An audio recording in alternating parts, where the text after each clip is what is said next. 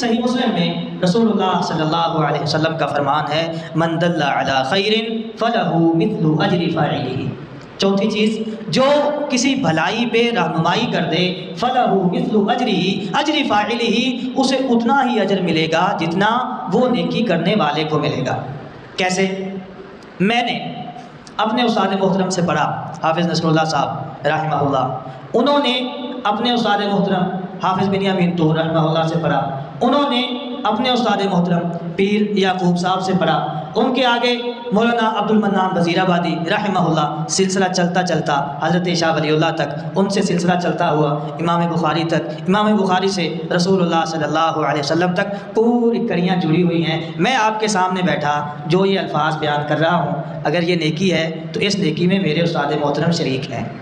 اس نیکی میں میرے استاد محترم شریک ہیں، صرف وہ نہیں، ان کے استاد شریک ہیں، پھر ان کے استاد شریک ہیں، یہ پورا سلسلہ صحابہ تک اور پھر رسول اللہ صلی اللہ علیہ وسلم تک۔ کیوں؟ من دل علی خیر فلہ مثل اجر فاعلہ، جس نے کسی کو بھلائی پہ لگا دیا اسے اتنا اجر ملے گا جتنا وہ کام کرنے والے کو ملے گا۔ میں نے خود کوئی نیکی کی ہے، اس پہ میں نے آپ کو اس کے بارے میں کچھ بتا دیا، آپ اس نیکی پہ عمل کر لیتے ہیں، آپ کو اتنا اجر ملے گا جو اس نیکی کا ہے، ساتھ مجھے آپ کو اس نیکی کی طرف رہنمائی کرنے پہ اتنا ہی اجر ملے گا جتنا آپ کو ملے گا۔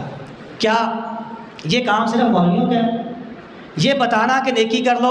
یہ کام صرف مولویوں کا ہے؟ صرف مولویوں کا کام نہیں ہے، یہ مواقع آپ کے ارد گرد بکھرے پڑے ہیں، ہر جگہ پہ رہنمائی کی ضرورت موجود ہے۔ آپ اپنے معاشرے میں، اپنے گھر میں، معاشرے سے پہلے آپ اپنے گھر میں دیکھ لیجئے، آپ کے گھر میں کتنے ایسے کام ہیں جہاں رہنمائی کی ضرورت ہے۔